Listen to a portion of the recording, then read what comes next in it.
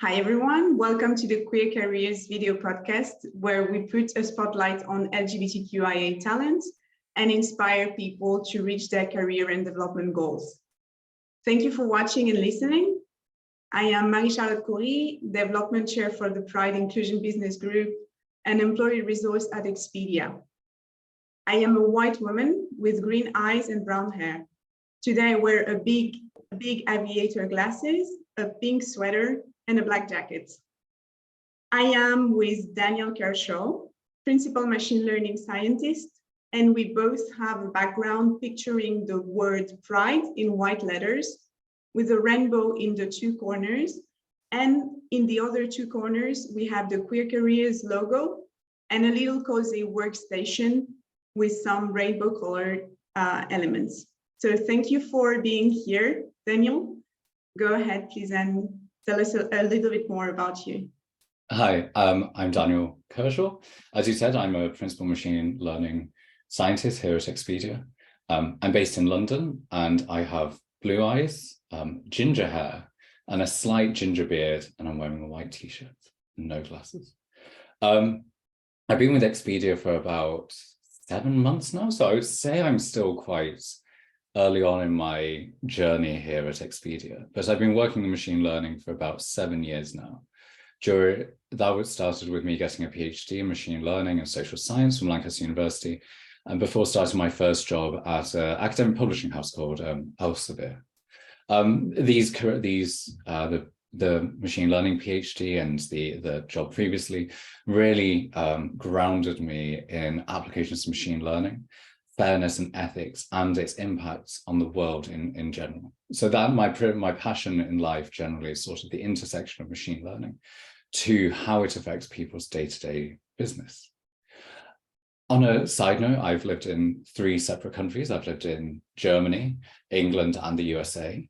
And I have a huge passion for travel, culture, people, and just being out and about and travel. So Expedia is the perfect place to work, to get to influence how people travel, what people see around the world, and also inspire myself for where my next holiday would be. I have a husband, and I'm not making this up, today is our 10-year anniversary together. Oh, congratulations. Not 10 years of marriage, we've only been married 18 months, but 10 years since we met both on our PhD programs. So we managed to get through PhD and now living very happily in London. And we have a black cat, which may appear somewhere during this podcast. She's called Java, from our joint passion of coffee and my joint passion for computer programming languages like Java. So she may appear somewhere and come play. So, yeah. No, that's okay. That's something we have in common. My black cat is here on my lap. So mine's pure black. It may appear also. Mine's pure black as well. Okay, so thank you so much. It really seems that at Expedia you've found how to make a fusion between passions, like what you like to do for a job, and your passion of travel. So it seems like a good fit. So we're going to go ahead and go with the first question. So describe your role and how you organize your week. So my role here at Expedia as a principal machine learning scientist, it's slightly different from, say, a senior or a sort of entry-level machine learning scientist role. So I sort of work across multiple projects at the same time and think more about long-term strategy and sort of how do all these different systems and components tie together in order to deliver Expedia's long-term goals of increasing passion for travel for users, allowing them to explore new destinations, and also show people what is possible. I also help with some of the innovation work, looking at sort of the horizon of what new technologies out there, how can this be tied into our roadmaps, and then also mentor individuals, not only from a technical point of view, which is it's really important to improve the technical skills, but also mentor them in sort of the technical project management and the wider ecosystem. So it isn't machine learning isn't the answer to everything sometimes. A lot of the solutions that we come up with are sort of like social solutions, getting the right people to talk to each other and apply something maybe a bit simpler, but without knowing a large overview of how these systems work, we can't get to that. So I would say like 50% of my job is technical and 50% of it is sort of listening and understanding what people really mean and what they need. So that's like my job. So that means like my day-to-day work or my week-to-week work varies like quite a lot. So it's not like I sit within one team and sort of have a backlog I go through. I have people messaging me from different projects, and it's about, in essence, it's about prioritizing and getting through my personal backlog of work. So the two tools I rely on for that are Outlook and Trello. So I have a personal Trello board with different columns of nice to have work that needs to be done, in progress, waiting for response, and then done. So I'll generally work through the top priorities, get them into a state where I'm waiting for feedback from someone before moving on to the next. And then I also rely heavily on Outlook. I'm a sort of Outlook aficionado. I can sort of like identify when people have gaps in their calendars, because working at Expedia, it really makes you realize how big the world is with time zones. So it's about trying to see when I can speak to people in Seattle and people in the UK and try and prioritize those meeting times and have core hours, and then have the ability to sort of in the morning be able to do the work, my work without interruption. So having those two tools really helps me. And then the final tool is also the do not disturb button on Macs, because we're all sort of overwhelmed constantly with pings of notifications and emails, but sometimes they don't need particularly immediate responses. So whilst I'm doing sort of like work where I need to think, so sort of quite deep technical work, I'll just put that notification, pause on, and then go, well, people can wait for 30 minutes to an hour. Yeah, so that's how I generally organize and manage my week. Okay, seems very busy and interesting. And I try not to be too busy. So that like I try having sort of like 3 core projects on at the same time. Otherwise, I become too distracted and I can't deliver to the full of my potential. And I have a few smaller side ones, but my core focus will be on like 3 core ones, and then looking at sort of smaller ones on the outside. I understand. And so what do you know now that you wish you would have known before starting in your current position? If you had one tip. How to manage time, like meetings across time zones. So in my previous role, everyone was very Europe centered. So people were in the Netherlands, people were in the UK, a few people on the East Coast.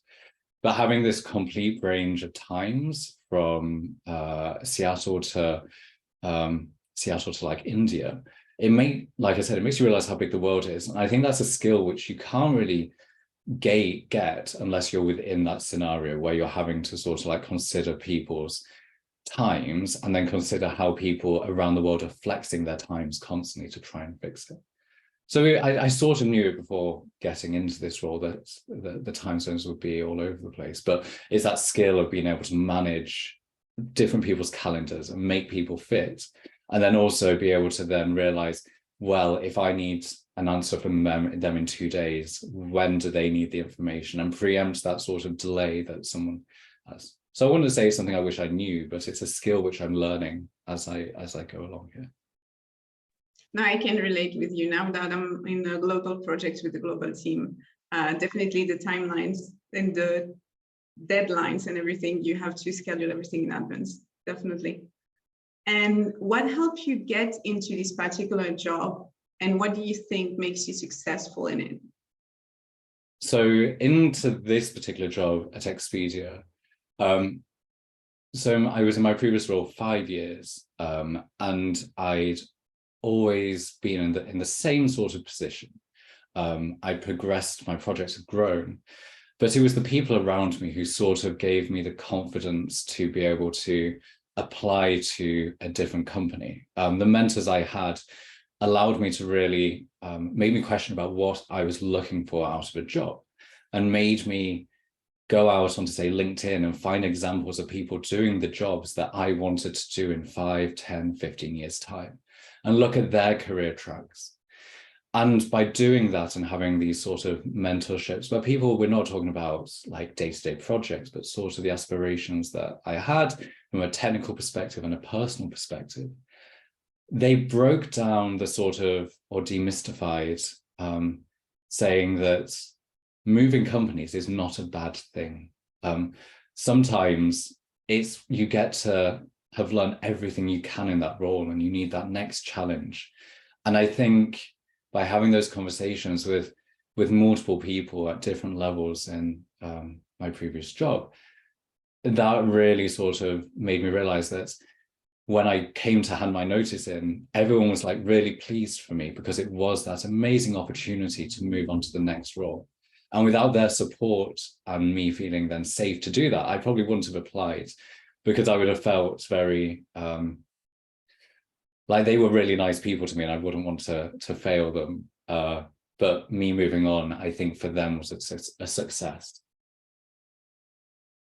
Actually, your answer ties really nicely with the other question that I wanted to ask you. And the following question is, what are the resources that helped you evolve in your career? So I put some examples, for example, the queer community, IBGs, LGBT plus job boards, networks, book, podcasts, and mentoring and people. I think you already mentioned mentoring and people.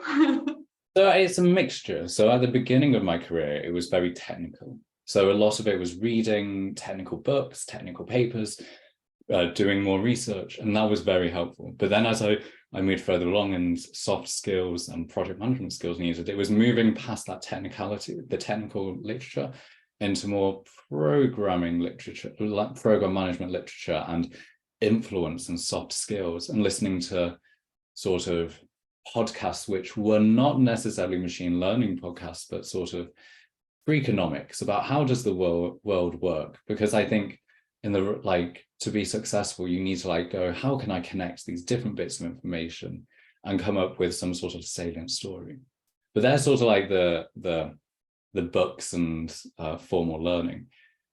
And in London, there's one group which I'm part of called Intertech. So Intertech is a LGBT plus networking event which happens every few weeks, and is hosted by different companies around London, ranging from small startups to big multinationals. Expedia hosted one in February 2020. I think it was the final one before we all sort of stopped seeing each other for a while. And those have really broadened my horizon in the London tech scene, and looking in and hearing about people's stories about the different companies they work for, be it sort of the not so good stories about inclusion and diversity, but also the amazing passion that people have for the work that they do. And as you're invited into all these different companies, you get to see how welcoming they are to members of different communities, along with how people confuse their passion for technology, machine learning, any form of computing, and the sort of identities that they have, and the employer resource groups they have. And through that, I then founded in my previous company, the London chapter of the Pride Network there. And those networks really allow you to see internal to your business. So usually sometimes people are very focused on their individual business units. But I find going to Pride events within your business really allows you to see into different parts of the company, make friends, which I find is one of the most important parts, but also see how as a big multinational or a medium-sized company, it operates. And it means you can get stuff done quicker, because you know how to just send someone a quick Slack message and go, I'm trying to do this. You're in that department. Can you push it along a bit? So it's a mixture of sort of formal learning, mentoring, and sort of these informal networks, which have really helped me evolve my career and understand where I want to be. I definitely agree with you. And having a broader understanding of the company, like in general, like everything, every single line of business, every role that is involved in everything that we do, and having contacts across it, it opens doors also for your development in general, and just for your knowledge and being more efficient at what you're doing, because you can put the pin in the bigger picture. Yeah. So it makes you definitely more efficient. Now we're gonna get to a very interesting question, for me at least, because I learn a lot from this kind of situations. Could you share the biggest learning you had from a failure or obstacle? So this was more, I was very early in my career, and it was more along the lines of, we were trying to deploy some machine learning system or develop this system. And it had been not particularly well scoped, and the execution of, it was the first project I've been asked to lead. And I'd been I didn't particularly have much support around it. And I just sort of thought everyone would follow me in deploying these new systems. And but I was working with senior engineers who had their own way of doing something. I had junior people who I needed to mentor, and it all became very overwhelming, because I just presumed, as sort of like someone 2 years out of a PhD, that I could just navigate all of this and get people and people would just follow me. So I felt that was a very big learning of sort of how I needed to make people feel included in the decisions which were being made, make them feel like they were being understood. And if in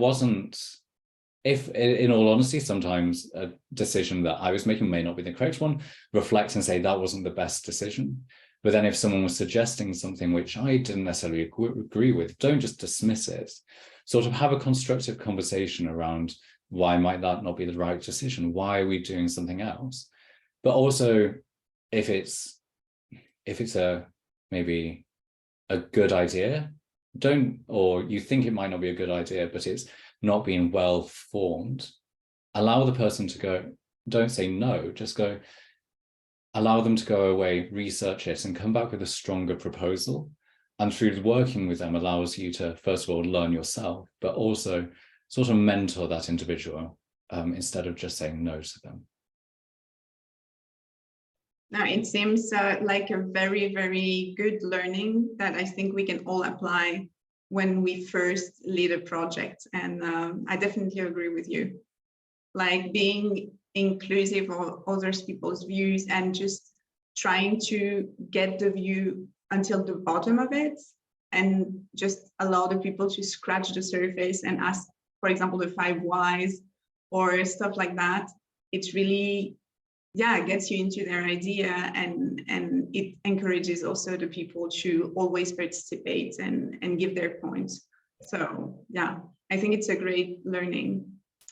So now for more of an identity question, how has your identity influenced your career? So I've tried using it as a positive throughout my career, because I realized that this may not, I can use it to my advantage, because it's something different. I can use it to tell stories about experiences which some people may not have had in their life before. And through having those stories allows you to connect with people at different levels. So but sometimes there's obviously the downside. There are situations where you don't feel particularly included or welcome. And I've learned through those, it's about managing those situations to make sure they don't arise that often, because in reality, they will come around.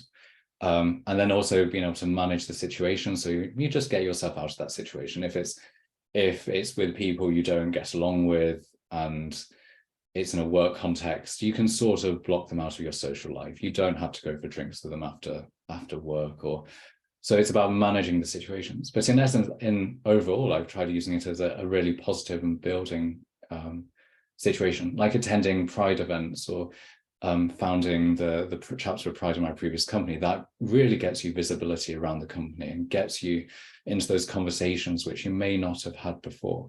And like I said, by like connecting with your colleagues and sharing stories, it also allows you to sort of not educate, but sort of explain to people who may not be a member of the community what the community goes through. Like the monkeypox outbreak, which is going on at the moment across many Western countries. When you speak to members who aren't part of that, the LGBT community, they're very unaware of what's going on, especially the vaccine program in London and the UK. And through telling them those stories, I feel like you really bridge that gap between the different groups, helps you build an identity, and makes you become more sure that you aren't that, well, yeah, you are slightly different, but there's nothing wrong with that difference. And then you can tell funny stories about the rest of your life, like going to drag shows, which most people don't go to, or going to March and Pride and all the like fun that happens there. So I try using this as a positive. No, absolutely. And as an ally, I feel strongly about being educated. Like for me, you use the right word. Like I learn every day from the Pride community. And that's why I feel strongly about the projects that I'm moving forward, and putting the spotlight on this community. So thank you for all the initiative that you participate on and everything you bring to the culture of the company, because the company is definitely better with all the communities that we have. So thank you. And now we're coming to our last question. This went really quick. It was really interesting, so thank you so much. The last question is, what percentage would you attribute to luck, and which would you say is merit and not effort related? So I always feel people expect the right answer is going to be like, everything is merit related. But in reality, I think about 50% of it is luck, and not luck from just like, I'm a lucky person, but I was in the right time at the right place to have an opportunity, which I then worked hard to turn into something. If I hadn't have gone to Lancaster University for my undergrad, I wouldn't have been able to go and study in the States for a year. If I hadn't finished my undergraduate studies at a certain time, there wouldn't have been an opportunity to do this certain PhD, which I then worked really hard for over 4 years. And then after the PhD, there required to be a job. And it was that moment in time where I decided academia wasn't for me, and this amazing job came up at Elsevier, which I applied for. And that was sort of like the introduction into the working world. And I couldn't have, if it hadn't been for that time and that situation, I wouldn't have been able to apply. But then I've worked really hard. And it's the same with getting a job here.